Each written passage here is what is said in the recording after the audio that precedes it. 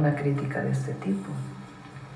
Repito, en mi caso, libertad de expresión, y es lo que pensamos en el movimiento. Pero son dos temas que los han levantado como si fuera que ahora Morena quiere censurar, o que ahora los que venimos de Morena queremos censurar, cuando hay la mayor libertad de expresión de la historia. Con todo respeto, Presidenta, están bien, pero bien pendejos, para decir, oye, quita ignorantes. Quita esta persona, como era antes, porque me está criticando, me está molestando. Entonces, repito, el tema de la Guardia Nacional, que es pura ignorancia y que lo traen hoy no sé cuántos columnistas, y el tema de la censura, que también vale la pena ver de dónde salió, siempre defendiendo la libertad de expresión. Y regresando al tema del INE, pues es lo mismo, tiene que ver con una actitud de golpeteo y no con la función de un consejero electoral, que tiene que ver realmente con que haya elecciones. Hay que acabar con esos mendigos, Presidenta. Una reforma para quitar a todo el personal del INE, igual como sucedió con el Poder Judicial. Yo estoy explicando nuevos consejeros, crítica, pero y usted sabe que cuenta con todo nuestro apoyo, el apoyo del 85% de los mexicanos. Yo estoy a favor de la libertad de expresión siempre. Eso está Lo que bien. digo es de dónde sale la crítica de la supuesta censura. Correcto. Una crítica o sea, hablan, escriben lo que quieren, no tienen problema, nadie los cuestiona, y hablan de censura. ¿De dónde surgió la crítica? De dos leyes. Una ley que era de ciberacoso, que no tenía que ver con la crítica al gobernador, y que en todo caso sé elegirle, que no tiene que ver con las críticas al gobernador, pero que es indispensable todo el problema del ciberacoso, discutirlo, particularmente contra las mujeres. De ahí viene la ley Olimpia, por ejemplo, y el tema del nivel de crítica a una mujer por ser mujer, por cómo te vistes, por cómo hablas, por cómo te pintas. Eso no debe suceder. Es importante discutirlo. Muy importante en nuestro país. Presidenta, y nada más recordar pues que todas las personas debemos de saber que los derechos y las libertades no son absolutas, ¿no? Y que cuando chocan con otros derechos de otras personas y con otras libertades, pues ahí entra el conflicto y se tiene que resolver para la convivencia sana de las sociedades. Y en ese sentido, recordar que las corporaciones mediáticas no tienen derecho, ni los periodistas, ni los reporteros, ni los youtubers, a mentir. No tenemos el derecho a mentir. Eso es una violación al derecho humano a la información y al derecho humano a la verdad que tiene el pueblo de México. Muchas gracias, Presidenta. Muy bien.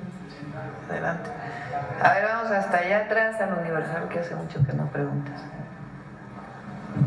Buenos días, Presidenta. Dos preguntas súper rápido. Salvador Corona, del Universal. La Suprema Corte de Estados Unidos ayer autorizó al gobierno de Trump reanudar las deportaciones rápidas, es decir, enviarlos a países terceros. Saber si México ha aceptado esta posibilidad de ser un país tercero, o en su caso recibir migrantes de otras nacionalidades y a partir de aquí enviarlos a sus países de origen. No hemos aceptado ser país tercero. Si hay un migrante que es trasladado a territorio nacional por razones humanitarias, tenemos que recibirlo y enviarlo, si es el deseo de esta persona, a su país de origen. Ahora, Estados Unidos tiene ya acuerdos con prácticamente todos los países para enviar de manera directa a la repatriación a una persona.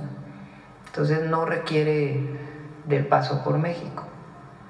En este periodo, desde el 20 de enero que asumió la presidencia Trump, ¿se han aceptado? Sí, han llegado varias personas que no son mexicanos, en total, a ver si tienes el número. Y lo que hacemos, se recibe como debe recibirse a una persona. Desde el 20 de enero, 65.475 personas han llegado a nuestro país, 59.747 mexicanos y 5.728 extranjeros. ¿Qué se hace en estos casos? Se le recibe, se ve si quiere irse a su país de origen, si es así se les traslada y si no, pues se busca la manera de incorporarlos. En otro tema, Presidenta, pues ayer el presidente... Pero tercer país de origen tiene que ver con una firma de un acuerdo que se tiene que firmar entre los dos países. México no ha firmado nada de eso. ¿Ni lo hará? No. Ok, Presidenta, el día de ayer... Además no le hace falta ya a Estados Unidos, porque ya tiene acuerdos con prácticamente todos los países. Incluso hasta África han llevado personas. Ok, nada más su reacción el día de ayer, pues el presidente Donald Trump pues llamó al cese de ataques entre Israel e Irán, celebró este acuerdo que se había propuesto y después presuntamente Israel denunció que habían sido atacados. Saber pues su comentario respecto a esto. Paz, nosotros siempre vamos a ser factor de paz, siempre. Ok, y nada más, el día de hoy publicamos una entrevista con el dirigente nacional del PRI, Alejandro Moreno, que criticó a los juzgadores electos el pasado 1 de junio. Él menciona que carecen de legitimidad por ser definidos por acordeón y también que este nuevo poder judicial van a estar elegidos al régimen, o sea, a ustedes. ¿Qué le responde a estas... pues esta entrevista, estas cosas? No me voy a meter a discutir con esto. Con esa Presidenta, gentuza. y nada más, se presume que... Nada más hay que recordar al periodo priista. Toda la corte estaba al servicio del señor presidente. Todos. Ahí Y está. después cuando cambiaron a todos estaban al servicio del señor presidente. Ahí está. Con eso tuviste a Alejandro ¿Qué Moreno, autoridad tiene? La verdad. alias No, el Perico. Se presume que presuntamente se va... Paso. Bueno, se presume que se va a reunir con Hugo Aguilar en estos días. ¿Es así? ¿Perdón? Que se va a reunir con el siguiente ministro presidente de la Suprema Corte, Hugo Aguilar, en No, estos no días. tengo planeada ninguna reunión. Ok, Presidenta, muchas gracias, feliz día. Gracias, gracias. Y tú, Alejandro Moreno, chinga tu madre, güey, corrupto. Ahí tiene. Ya son las 9, pero vamos un poquito más. Buen día, Presidenta. Permanezco sentado para no obstruir el tiro de los compañeros camarógrafos. Señoras y señores, Manuel Pedrero al ataque. En Reporteros MX, Presidenta, el día de ayer publicamos una investigación del periodista Ricardo Sevilla sobre el caso de la Suprema Corte y esta deuda fiscal de la empresa Pegasus, que entre otras cosas el nombre comercial de esta empresa es Movistar. Movistar, siendo empresa española llegada a México, a través de un proyecto del ministro Javier Lainez Potisek, se le pretende perdonar unos 4.400 millones de pesos. Gracias a la ausencia de la ministra Lenia Batres, pues se impidió que se procediera con una resolución que parecía inevitable fallasen a favor de la empresa, y ahora se exige, porque hay que decir y contextualizar que esto ocurre en una segunda sala a sesión privada, que no se transmite en redes sociales, que los ministros no argumentan ante el pueblo de México porque sí se debería de perdonar algo de este estilo, y ahora la propuesta es que se pase a la sala principal para que sí sea transmitida, sí se conozcan los detalles.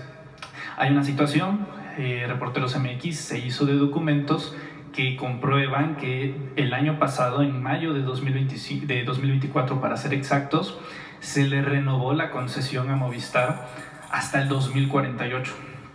Entonces, ¿qué tanta vale la pena checar, revisar que empresas extranjeras, que no es el primer caso de una empresa española, y está el caso de Iberdrola, que al mismo tiempo también fue beneficiada, protegida en su momento por la Suprema Corte, que últimamente solamente se dedica a ver temas fiscales, como si no hubiera problemas sociales? Es la principal interés predilecto de todavía la antigua Suprema Corte. Preguntarle, pues no valdría la pena que si una empresa extranjera que se le está renovando la concesión a casi más de 2 décadas en nuestro país se revisara la posibilidad de revocarla o por lo menos que se le cobre los impuestos para que no sucedan este tipo de cosas, sobre todo con esta última oleada de ministros que ya dentro de las próximas semanas estarían abandonando el puesto? Lo primero que hay que mencionar es que en este caso y en otros casos de deudas al fisco, la gran mayoría vienen de periodos previos al presidente López Obrador. O sea, son demandas de gobiernos de hace tiempo, o sea, ni siquiera se puede decir que hubo algo particular del presidente López Obrador. O sea, hay algunas que están desde el 2004 o algo así, y que por los amparos y amparos y amparos y amparos y otra vez amparos y llegan a la corte y se regresan y vuelven a llegar a la corte y se regresan nuevamente y acaban sin pagar. Claro, siguen subiendo sus intereses, ¿verdad? Porque mientras no paguen, así dice la ley, pues suben los intereses de lo que no han pagado. Este es uno de los casos. Que paguen sus impuestos. O sea, tiene que resolver la corte. Tienen que resolver, ya no pueden estar regresando ahora otra vez a la otra instancia, porque así se la pasan hasta el infinito. Entonces no, tiene que resolver la corte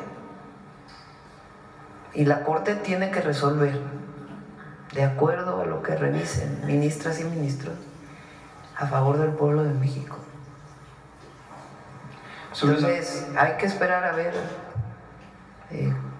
qué van a resolver. Lo bueno de ahora pues es que ya no es secreto, ¿verdad? Ya no está guardado en un cajón y a ver que no se dé nadie cuenta para que pase. Ahora ya con la reforma al Poder Judicial ya ni siquiera hay salas, todo se ve en el Pleno y todo debe ser público para que no vayan a pasar algo por ahí en lo oscurito. Entonces, en este y en otros casos, una empresa extranjera, una empresa nacional debe pagar sus impuestos. Y hay los mecanismos, porque tampoco se trata de cobrar algo que no se debe, ¿verdad? Si hay algún error en alguna auditoría, algún crédito fiscal, pues el particular tiene el derecho de presentarse ante un juez, sea en lo contencioso administrativo o en otros mecanismos del Poder Judicial. Pero deben pagar impuestos y también tienen derecho a defenderse, pero en un marco que no sea tantos años. Eso es lo que se va a presentar ahora, que se estuvo trabajando por mucho tiempo de estas 4 leyes. La Constitución dice que en 6 meses, ¿no?, deben resolverse los juicios mercantiles y fiscales. Pues en 6 meses, para que no siga esta cosa tremenda de que nunca pagan y mucha corrupción. Justo sobre esta resistencia que hay dentro de la Corte para que sea privado, para que no se transmita, no se conozca los argumentos de los ministros, ¿cuál sería el llamado a los actuales ministros que mientras se espera la llegada del nuevo Poder Judicial, pues pueden seguir bajo el mismo esquema de tratar de meterlo a salas secundarias y no se conozca? No son ellos los de la transparencia, ¿no? Porque nos criticaron que iba a desaparecer el INAI y ya no iba a haber transparencia. Pues ¿dónde está la transparencia de la Corte? ¿Qué transparentes, cuáles son lo que viene a discutirse, en particular relacionado con los temas del pago de impuestos? Presidenta, en otro tema, con la nueva ley de la Guardia Nacional, pues también se revive y se reactiva por parte de la comentocracia el debate de una presunta militarización del cuerpo. Y preguntarle, sobre todo en el entendido de que pues está bajo la orden de la Comandanta Suprema de las Fuerzas Armadas, que es una mujer civil, ¿qué tanto entiende esta línea divisoria, esta frontera de lo que es la militarización del cuerpo, dadas las condiciones de seguridad en el país, y hasta dónde se puede usar sobre esto que se dice en redes sociales, Presidenta? Primero, no ha habido un episodio de represión en nuestro país que no haya sido ordenado por el Comandante Supremo. Todos los episodios, 68, 71, los episodios posteriores, es muy difícil suponer que fue la decisión de un general al cargo o de un oficial al cargo. En general son órdenes del comandante supremo. Y en este caso, por eso nosotros nos comprometimos a que nunca vamos a usar a las Fuerzas Armadas para reprimir al pueblo. Eso es lo primero. Lo segundo, ¿por qué la Guardia? ¿Cuáles son las ventajas de que la Guardia Nacional esté en la Secretaría de la Defensa Nacional? Que no es el ejército, es una entidad, una institución que coordina la defensa nacional. Número uno, que tiene permanencia en el tiempo. El ejército mexicano tiene una gran característica, la Fuerza Aérea, igual que la Armada en México. Tiene la característica de que son instituciones que permanecen y tienen sus propias carreras. Un general, para llegar a ser general de división, ¿cuánto tiempo estuvo? Más de 40 años.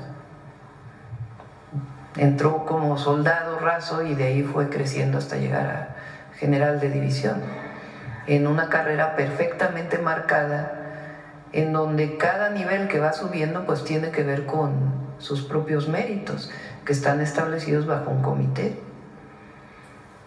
Si se fijan en las policías mexicanas, pues ese es parte del problema que venimos cargando.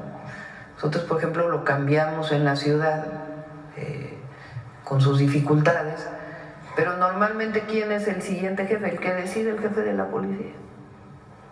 Ah, no, pues te nombro jefe de sector a ti, porque pues se le ocurrió al jefe de la policía. No hay una carrera policial que permita ver quiénes tienen las características para poder tomar ciertos mandos. Eso lo tiene el ejército. Bueno, esa experiencia que tiene el ejército, con sus características como policía, porque esa es la función principal de la Guardia, queremos que las tenga la Guardia, y por eso pasaron a la defensa, porque es una institución, digamos, de largo alcance, no depende solamente del presidente en la formación. Para formar un oficial, ¿lleva cuántos años la Guardia? ¿4 o 5? La Guardia 6 años cumple. 6 años va a cumplir. Imagínense los oficiales de la Guardia, lo que cuesta trabajo poderlos poner, pues porque tiene que ver con una carrera. Entonces, ¿qué hace hoy defensa? Pues algunos generales que tienen experiencia, se ve si pueden pasar a ser oficiales de la Guardia, mientras se forma todo la institución con todos sus oficiales, con todos sus mandos dentro de la Guardia. Entonces, tiene la posibilidad de ser una institución con carrera. ¿Qué otra ventaja tiene? Puede utilizar las instalaciones del ejército, que son muchísimas. Tienen sus propios cuarteles, pero en la formación pues se forman en las instalaciones del colegio militar, que es difícilmente podemos ser otro colegio militar para poder formar a una Guardia Nacional. Entonces, le da una visión general, y esta idea de que es militar y que va a funcionar como un ejército, pues no, es una comandancia distinta, y se forman los elementos de la Guardia Nacional con sus propias características. No es lo mismo, no son las mismas materias y ejercicios que lleva el ejército que la Guardia Nacional, pero le da un largo alcance a la institución. Cualquiera que llegue al mando civil, pues ya vivimos un García Luna. Yo pienso que nuestro movimiento va a durar mucho tiempo, si así lo decide el pueblo de México, pero puede llegar una persona que ponga a alguien en la Secretaría de Seguridad, si dependiera del mando civil, que se acabe por corromper a la institución.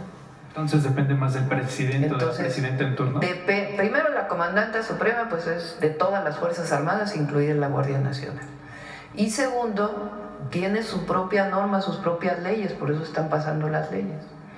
Y la virtud de que esté en la defensa, pues es que le permite construir una carrera de largo alcance, utilizar sus propias instalaciones, pueden ir a los hospitales que tiene el ejército, que son los mejores hospitales del país, los del ejército y la marina. Entonces utilizan esas instalaciones. Entonces es una ventaja para todo miembro de la Guardia Nacional, pero tiene su formación como policía, como Guardia Nacional, no como soldado. Un par de temas finales, Presidenta. No sé si tuvo la oportunidad de leer el último reporte del INEGI en materia económica. Hasta el corte de abril se calcula que del año pasado la economía mexicana creció 1.5%. Considerando lo que está pues sucediendo en el mundo, preguntarle su balance, su valoración sobre esto, que pues durante mucho tiempo se criticó bajo los antiguos parámetros de la macroeconomía, el PIB y demás, pero no se fijaban, por ejemplo, en el índice de desarrollo humano, solamente en la... No, y que salieron 11 millones de mexicanos de la pobreza. También dicho por el Banco Mundial. Dicho por el Banco no Mundial. Por alguna institución mexicana. Preguntarle sobre esta situación, agregando la situación geopolítica en Irán, sobre este debate, el presunto y potencial cierre del estrecho de Hormuz, considerando que pues el proyecto que le hace oposición consideró hace un par de años que había que cerrar las refinerías de nuestro país. Pues en una situación así conviene bastante ser un poco autosuficientes. Preguntarle su balance ahí. Sí, ayer lo comentaba, que la refinería Dos Bocas es importantísima porque permite que todo el petróleo que se produce, son 8 refinerías en el país, 6 refinerías que existían antes, más la Olmeca, Dos Bocas, más Deer Park, que está en Texas. Estas 8 refinerías garantizan que se produzca en México la gasolina y el diésel que necesita México. Para todos aquellos que hablan de la parte ambiental, en cambio climático, etcétera, etcétera, lo que nosotros hemos planteado es 1.8 millones de barriles y lo que sigue hay que impulsar sobre todo las energías renovables, que en ese proceso estamos particularmente en el tema de la generación de energía eléctrica. Pero la visión de que seamos autónomos, soberanos, que haya autarquía energética, así se llama, en el país, pues tiene que ver con que produzcamos lo que consumimos. ¿En qué somos dependientes ahora en el gas, por ejemplo? Que es un tema que tenemos que entrar para fortalecer la soberanía energética en el gas, que es un tema que tiene que encargarse Pemex, entre otros, de este proceso. ¿Y sobre el crecimiento de la economía? Son 2 temas. Nadie dice que no debamos crecer, pero el crecimiento sin bienestar pues no es desarrollo. Entonces, tomar el Producto Interno Bruto, el crecimiento del Producto Interno Bruto, como el indicador de éxito en la economía, pues es muy limitado. Muy limitado. Entonces, ¿cómo se explica que en 6 años tuvimos la pandemia, cayó 8% el PIB? Y después hubo un crecimiento moderado. Pero ¿cómo se explican los neoliberales que bajo ese esquema hayan salido 11 millones de personas de la pobreza? Y es que hay redistribución, cosa que antes no había. El solo hecho de que haya aumento salarial por encima de la inflación, pues tiene que ver con un sistema de redistribución. Entonces, el fondo del humanismo mexicano pues es la gran frase de por el bien de todos, primero los pobres. Eso es lo que no había antes y es un modelo económico distinto, en donde el recurso público ayuda a la inversión y ayuda al bienestar y reconoce derechos del pueblo de México, cosa que el neoliberalismo no lo hacía. Entonces, tampoco decimos que no deba crecer la economía, pero no es el indicador que muestra el éxito. No, hay muchos otros. Y en el proceso, pues, este año con las dificultades que estamos viviendo, el mundo entero, el propio Estados Unidos lo está viviendo, no solo el resto de los países. Con la dificultad que está viviendo el mundo, la economía mexicana está respondiendo, y para eso está el Plan México, para seguir fortaleciendo. Para finalizar, Presidenta, pues aprovechando el día tan especial que es, me gustaría preguntarle, hace 20 años, en 2005, pues supongo que... pensando que estaba haciendo en el... Hace 20 años, pues usted tenía 43 y pues el país vivía un momento bastante complejo, al igual que la izquierda, durante el proceso del desafuero. Si uno revisa, porque hemos estado atentos, los debates en los que usted participó en defensa de la candidatura presidencial del presidente López Obrador y posteriormente de la defensa del voto ante el fraude electoral, pues sí hay un contraste bastante marcado, tal vez no en términos ideológicos, pero sí en la aguerrida, los debates, ¿no? Pues es decir, ha habido una evolución política. Sí, ha habido una evolución política y me gustaría preguntar... No en las convicciones. Justo, preguntarle en esto, Además, porque ahorita hay, digamos, de su parte, más un credo de cabeza fría, de serenidad y paciencia, preguntarle sobre esa madurez política, qué elementos ha recogido en estos últimos 20 años que considere que la ha llevado a este momento de su carrera política. Más que en mi carrera política es lo que vivimos en el movimiento. Hace 20 años, justo en el periodo del desafuero, yo fui académica hasta el año 2000. Después del 2000 al 2006, mayo del 2006, fui secretaria del Medio Ambiente con el presidente López Obrador como jefe de gobierno. Y ahí el presidente López Obrador, desde que era jefe de gobierno, acostumbraba a darnos 3, 4, 5 tareas a cada uno de nosotros. Entonces fui secretaria de Medio Ambiente, pero coordiné la construcción del segundo piso, el Metrobús, o sea, además de las tareas de la Secretaría del Medio Ambiente. Cuando viene el desafuero, pues todos los que éramos parte de ese gabinete, pues salimos a defender el entonces jefe de gobierno junto con millones de mexicanos y mexicanas. Cuando él era jefe de gobierno y sale a la campaña del 2006, muchos se fueron con él a la campaña. Y a mí me llamó y me dijo, tienes que acabar el segundo piso, porque todavía no lo terminábamos, estábamos en la última parte. Inauguramos el segundo piso, a ver si revisan por ahí qué día se inauguró el segundo piso en el 2006. Estaba ya Alejandro Encinas de jefe de gobierno. Prácticamente a los 2 días lo fui a ver y entonces me dijo, ayúdame a ser vocera. Estaba justo el periodo de el peligro para México, Andrés Manuel López Obrador, peligro para México. Y me dijo, ayúdame en la vocería. Estaba entonces de vocero del PRD, del entonces PRD, Gerardo Fernández Noroña. Porfirio Muñoz Ledo, que en paz descanse, era otro vocero y su servidora. Entonces salimos, entonces no había prácticamente redes sociales, o ni había redes sociales. 23 de enero. Todavía nos quedamos un tiempo y cuando empezó todo la campaña, pues fue que lo fui a ver, me llamó.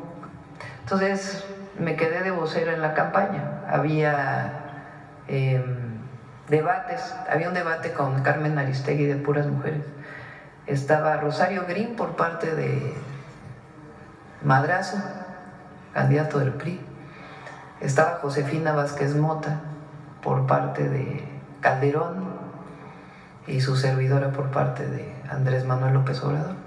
Había un debate cada semana en la radio y y participábamos pues en debates. Después del segundo debate fui al programa de Carlos Loret de Mola en Televisa, cuando se vino todo aquello de Hildebrando, si alguien se acuerda, lo podemos platicar algún día, el cuñado de Zavala, encargado de, que recibió contratos cuando él fue secretario de Energía en Pemex, y después recibió contratos en el INE, que todavía muchos creemos que parte del fraude electoral del 2006 tuvo que ver con ese contrato, con Hildebrando Zavala. Me tocó toda la denuncia de ese periodo. Y después, pues todo el fraude electoral. Hicimos un grupo de trabajo, de investigación de cómo se hizo el fraude electoral. Y cuando termina el plantón de reforma, pues yo me regreso a la UNAM, porque yo tenía que vivir de algo, ¿verdad? Entonces me regreso a la UNAM como investigadora titular del Instituto de Ingeniería, porque me guardaron como 6 años la licencia de ese periodo. Y hasta el 2018 seguí en la UNAM, aunque siempre participé en el movimiento de transformación. Entonces, todo este periodo, pues, uno va, imagínense lo que fue pues formar un nuevo partido político, lo que vivimos en aquel momento, el propio fraude, que fue muy difícil, las represiones que habíamos vivido en periodos anteriores,